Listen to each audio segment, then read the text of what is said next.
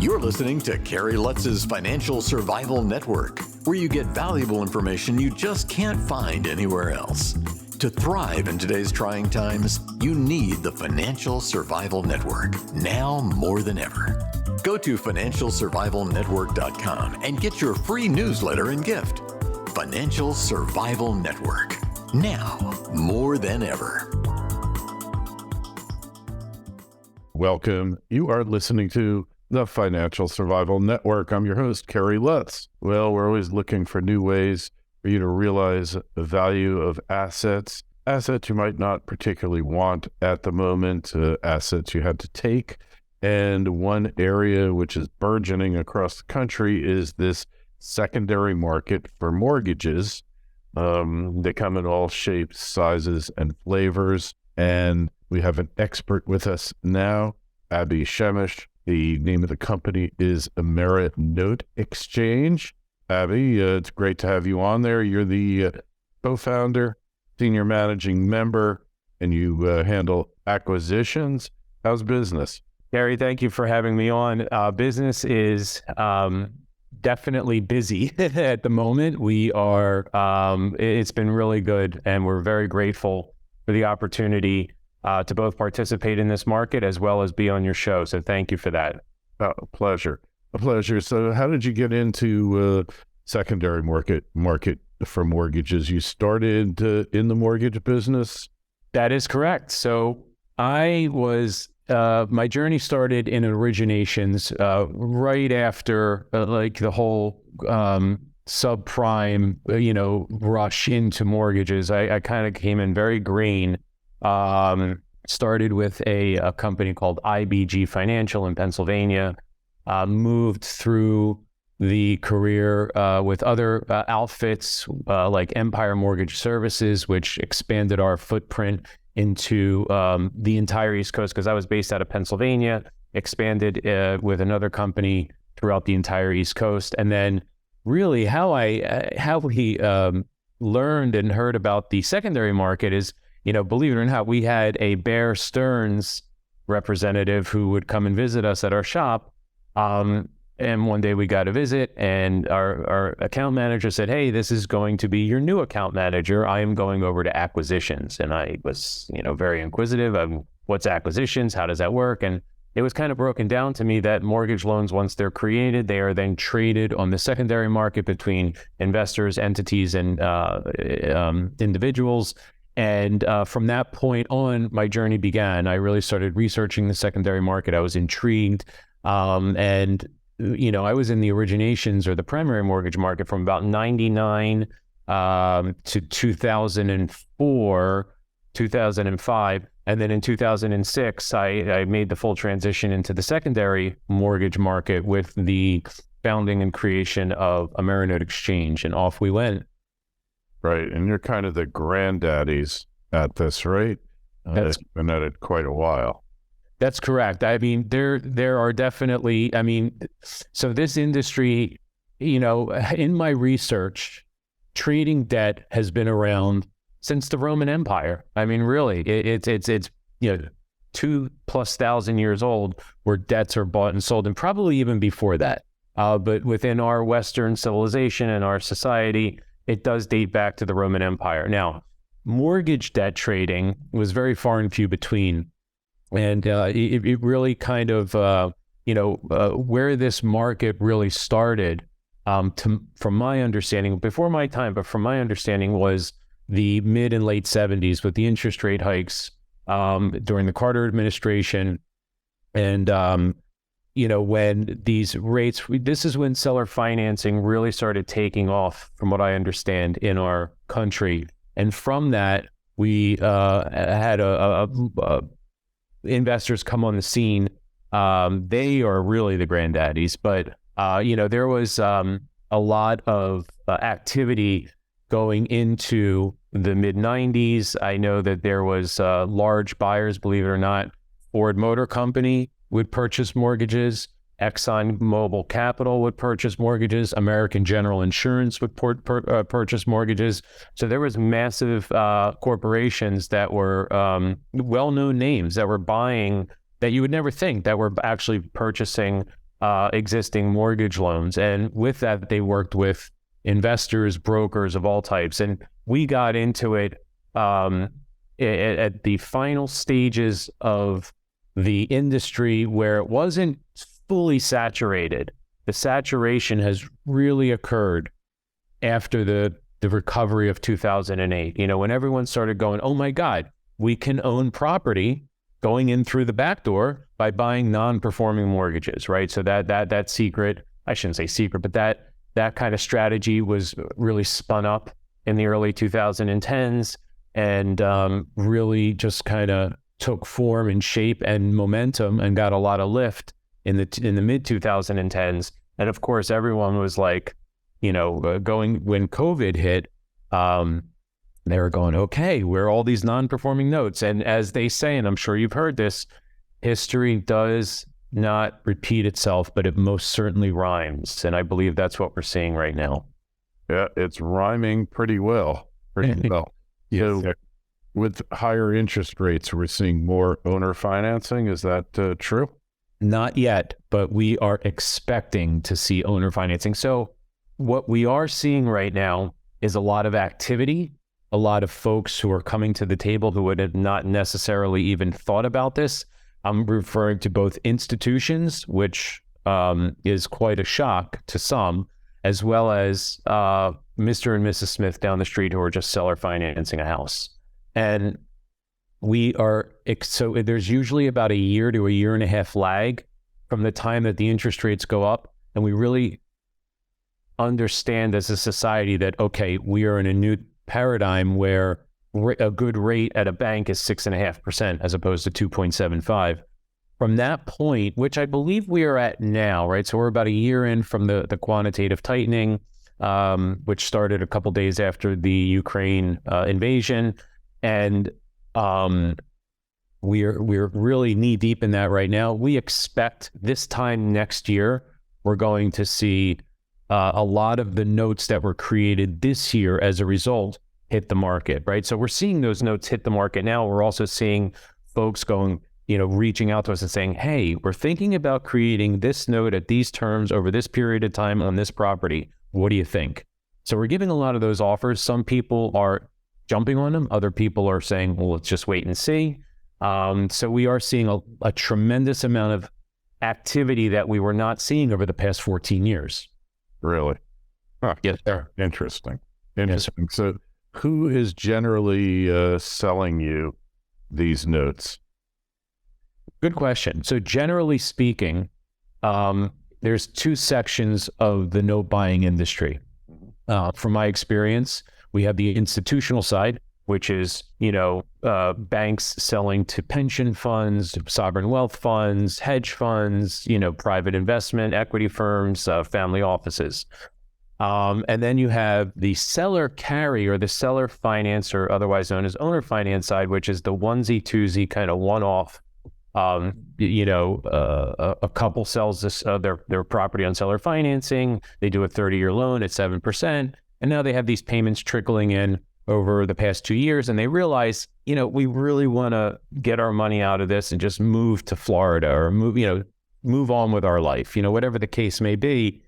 And they would approach a company like ours. Now, what that means is we started our journey, even though I was in originations and I dealt a lot with institutions, a lot of the opportunity, there's opportunity everywhere, but we felt very comfortable in the seller finance space. And that's where we started, and that's where we currently operate. We have, as we got lift in the late 2000s and the early 2010s, we started seeing a lot of institutional non-performing paper hit the market, and that's when we became very, very comfortable with the institutional side. So we very proud to say that we have each foot both in one world. So who do we buy notes from?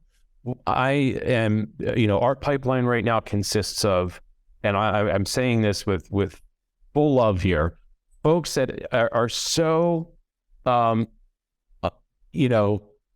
unsophisticated in the sense of day-to-day business that they have to go to the library to get internet access, right? to folks who are, sitting on a 32nd floor of an office building in New York City. So we work with all forms of sellers, both seller financed, white collar, blue collar, hedge funds. And our pipeline is a very diverse array of multiple demographics and sellers. So this gives an idea. Now, the majority of our loans are seller carry, but in the grand scheme of things, especially after the interest rate hikes, we're seeing a tremendous amount of institutions approach and come out of the woodwork to sell or to provide, have us provide another strategy, because we do provide strategies, exit points, entrance points, on-ramps, off-ramps for folks that are looking to syndicate or purchase with us, to other folks who are looking to exit. Hey, we need a good exit point here. This is what we have. This is what we're trying to achieve.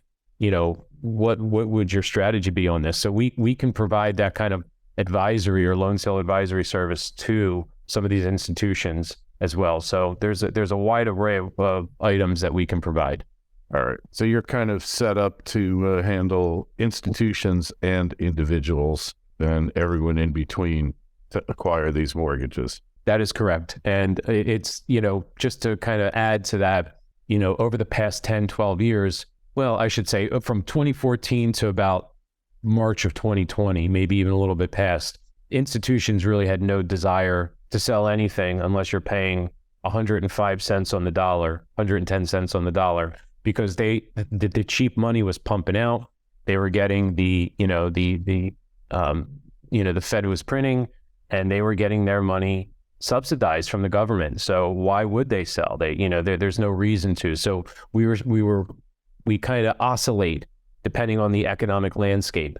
And it's not because we're targeting this in a marketing apparatus. It's, we cast pretty much a wide net, and it's what we're seeing in that wide net come back. So the economy dictates the demographic that we see, but we are set up to capture all demographic. Okay, well, it sounds like you're well positioned. So if someone, individual wants to sell you a mortgage. Yes, sir. What type of criteria is there, and how do they do it? Don't just survive, thrive. The Financial Survival Network. Torque Resources is an exploration company establishing a portfolio of premier copper gold early stage projects in Chile. Torque's management and technical teams have a strong track record of raising capital, discovery, and monetization of exploration successes. The company's Margarita Copper Gold project is located within the prolific coastal Cordillera Belt in Chile, which hosts some of the world's largest and most profitable copper mines. The Margarita project possesses excellent discovery potential for a major copper discovery due to the strength of the alteration system, large-scale magnetic targets, and the presence of copper oxide mineralization. Drilling is anticipated to begin in Q3 of this year. Torque trades in Canada under TORQ and on the OTC under TRBMF. To learn more, go to torqueresources.com. That's torqueresources.com. This is the Financial Survival Network. The information you need to thrive now more than ever. That's a great question. So if someone wants to sell a mortgage, the criteria is not too dissimilar from what someone would kind of experience if they were to walk into a bank and borrow money. Now, one would say, well, why the heck would I engage in seller financing if I can just, go to a bank or have my borrower go to a bank? The biggest difference between a note buyer and a mortgage lender is that most note buyers, I would say almost all note buyers, assuming that it's a mortgage secured by a 1 to 4 family residential property, the major difference is, and even a commercial property, the major difference is that a note buyer does not care about debt to income ratio, DTI. So debt to income ratio is a major factor when, and a major ingredient in the underwriting process of a bank or a mortgage lender. And that's where a lot of borrowers get hauled up. They don't have W-2s, they have 1099s, but they've been self-employed for less than 2 years. They don't make enough, whatever the case may be. Their debt to income is above 48%, which means that 48% of the income that they earn or greater goes towards paying bills. If you make $10,000 a month, they don't want your debt to exceed your debt payments to exceed $4,800. So they know that you have, $6,200 as disposable income. That is what DTI means. And it's usually about 45 to 48%. So we don't care about that. All we care about as a note buyer is the financial background of the borrower, like if there's any tax liens, unpaid child support, foreclosures, bankruptcies. Credit score does come into play, but we don't need a 720 credit score to make an aggressive offer. We just need a very, very low average credit score, sometimes even bordering on poor credit. The only thing other than that we really look at is the property value, the title is clear, and the documentation, including the payment history, that the payment history is clean. With that being said, those are the only ingredients. So that is our criteria. And typically, whether it's a 5% down payment or a 50% down payment at the time of sale, we can buy all of that. There's a price, though, that comes with that. So, of course, the more attractive notes are going to be priced at a higher dollar amount versus the less attractive notes, which I can kind of get into. What we don't purchase is we don't purchase balances. We do have a minimum loan balance. So if the loan amount, right? So you're owed $15,000 on a mortgage, at a 4% interest rate over 30 years. I'm not going to be able to, and not just the industry at large typically won't be able to service a request like that, just because of the simple fact that our costs are fixed. Whether we're buying a $2 million note or a $20,000 note, we're spending anywhere between $1,500 and $4,000 just to look under the hood, whether we buy the note or not. So it doesn't make a whole heck of a lot of sense from a financial standpoint to purchase a $10,000 note if you got to spend $3,000 on underwriting. There's not a lot it doesn't seem like it would be a good investment opportunity for a company like ours. Now, I'm not saying there's not private investors, like sole private investors that use self-directed IRAs or something to that effect to purchase these notes. But typically that is the main portion of the criteria. And if someone wants to sell a note, they would simply just, one could just do a Google search. But you would go to a website like ours, you would click on the very simple task of get a quote, and then it's a very, very easy questionnaire that would be filled out. And that literally starts the process. And within about 2 business days, you'll have a written proposal back, if not sooner. And off we go. You'll have a quote within hours, sometimes days, sometimes, and then you'll have money in hand within 2.5 to 4 weeks, depending on the characteristics of the loan and the circumstances surrounding the loan. Okay, so obviously there has to be something in it for you. You can't go spending all that money for a tiny loan, so there's got to be a minimum threshold, and I guess that varies with the rate and the terms and all that. That is correct. So the minimum threshold typically in our industry is about $25,000. We've made exceptions where we've gone down to $20,000. There's a $20,000 loan and we're making a $17,000 offer. That has happened in the recent past, but it doesn't happen often. There's got to be upside to that, whether it be a short payback period, a very high interest rate, a workout situation where we can modify the loan and restructure the terms to better fit our criteria and our portfolio. And a lot of the times the borrowers want that, right? So they'll have a lender who is just fed up. Let's say there's payments kind of trickling in. 1 month they're on time, 2 months they're late, then they catch up, and then they're late again. This can be death by 1,000 cuts, as they say, for lenders. And lenders reach out to us and they go, I want out. I don't want to deal with this person anymore. And that the borrowers, all they want is they just want someone to give them a little breathing room. I just want to restructure the loan. I just want to, if I can just stretch it out another couple of years, I can afford this payment. We come in, we can buy the loan at the right price. And then once the fed up lender is out of the way, we have no problem, giving the borrower what they want, because all we want really in a lot of I would say 99.99% of the time when the loan is performing or we have a borrower that wants to just stay in the property, we want to give them all the tools to succeed because we're in the business of collecting payments. We're not in the business of taking properties back. That is really not our strategy. I mean, sometimes it has to be, depending on the types of notes that we're buying, but really what we're looking for is that monthly payment. That's what we're looking for. That is our goal. Gotcha. So you want to do workouts. You want cash flow. You don't want to have to go there and take the property over. That is correct. And try to sell it, right? That is correct.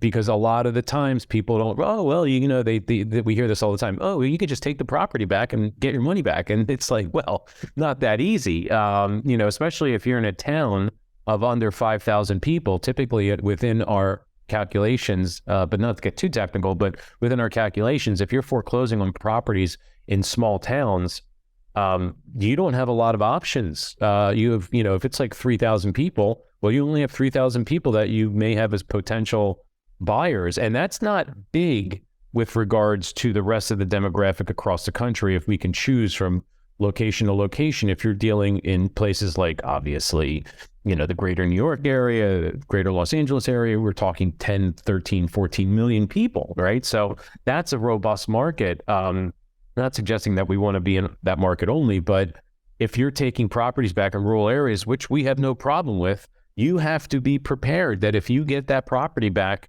you are going to be married to that property for a long time because you may have to, you get the property back. What are you going to do? You're going to rent it out? I'm not a landlord. This company is not in the landlording business. We're going to have to sell it. And we may have to sell it at a fire sale, or even more, we may have to sell or finance it to someone and then collect the payments on that, over the course of many years. So our strategy is to buy this note to get in and out pretty quickly, because sometimes it's a long game, and sometimes we're moving in and out of positions on notes very quickly because of the strategic makeup of the asset or the strategy in general. But if we have a short game plan, and then we get a property back, and then we're forced to hold it for many years while we collect on it because we had to sell or finance it, we lose. So there are times. Look, we don't win them all, of course, but there is risk out there even when you take properties back. Yeah, even though they're secured, the debt's secured. Sure. And you could have a recalcitrant borrower who is just going to, take every single last remedy available to them. I mean, I know somebody in California that it's crazy. I mean, they're just like they haven't made a mortgage payment in 13 years, and they keep trying to get them out, and there's like nothing they can do. That's correct. And I'd like to add to that as well. I am all for rights of any property owner, myself included. And there are measures that can be taken, for a borrower to stop a lender dead in their tracks from a foreclosure, maybe rightfully so. I mean, you can file bankruptcy. I mean, I've seen many, many times where a borrower will file a restraining order against the lender, so a notice of default can be, it's not permanent, but a notice of default can't be issued or delivered, and that will buy the borrower about 90 days before that's beaten in court. But then you have, just like you said, jurisdictions like California. Believe it or not, California is not the worst of them. And I don't want to, not that anyone's worse or better, but the jurisdictional restrictions in some of these locations make it very difficult to transact, it doesn't help. Doesn't help for the economy. It doesn't help for the reputation. But what we see is there's a massive capital flee out of states like New York, specifically the 5 boroughs, but states in general, because New York is by far and gone the most difficult jurisdiction to operate in, even before COVID. Sometimes it could take as long as 5 years to go through a foreclosure process. And some people would say, well, that's kind of crazy. It may only take 3. Well, 3 years is just as crazy, because if you try to go through a foreclosure process in Texas, it takes about 90 days. Illinois is another one where there's been a massive, not just a demographic flee, right, from folks that we hear moving from Illinois to Florida or Texas or, Tennessee. Same thing with New York and California. But it's also, they're moving offices. Like, there's a ton of Chicago companies. The one is escaping my mind right now, but there was a large Chicago outfit that was, it's been there forever. And they're like, hey, we got to go. This is no longer conducive to a decent work environment. There's other jurisdictions that are, going to treat us better. And that's where money, if capital usually flees, where it's treated best. So that's what we're seeing. All right. Well, very interesting. So if somebody wants to connect with you, they're interested in selling you a mortgage, how do they contact you? Yes. So very simply put, our website is Amerinote Xchange.com. The word exchange is spelled with an X. So that again is Amerinote Xchange.com. Of course, if you just throw the word Amerinote into a Google search, you should easily be able to find us. And we are, ready to jump in and perform. We can operate across the spectrum and all jurisdictions, and we purchase, first position liens, second position liens, third position liens, all flavors of collateral types between commercial, residential, mobile home with land, bare land, performance levels. If the payments are on time, the payments are not on time, the payments are on time sometimes. We can provide a very good exit strategy for any type of lender, whether you're Mr. and Mrs. Smith down the street who have one note, or you are a large institution that hold many assets and looking for recycle capital or whatever the purpose may be. But we are ready to jump in and perform. All right. Well, thanks for joining us today, Abby, and explaining all this to us. I know it's not a really well-known, well-understood market here, but it does exist, and I guess more people will be involved in it as time goes by. If you got a question for Abby, myself, the email address is kl@kerrylutz.com, and make sure you go to the show notes of this interview on financialsurvivalnetwork.com. You can just click through to Abby's site, and while you're there, sign up for a free newsletter. Abby, been a pleasure. Thank you so much for stopping by and explaining things to us. Thank you, Kerry. It's been my pleasure. Thanks for listening to Kerry Lutz's Financial Survival Network, your solution to today's trying times. For the latest, go to financialsurvivalnetwork.com. Financial Survival Network, now more than ever.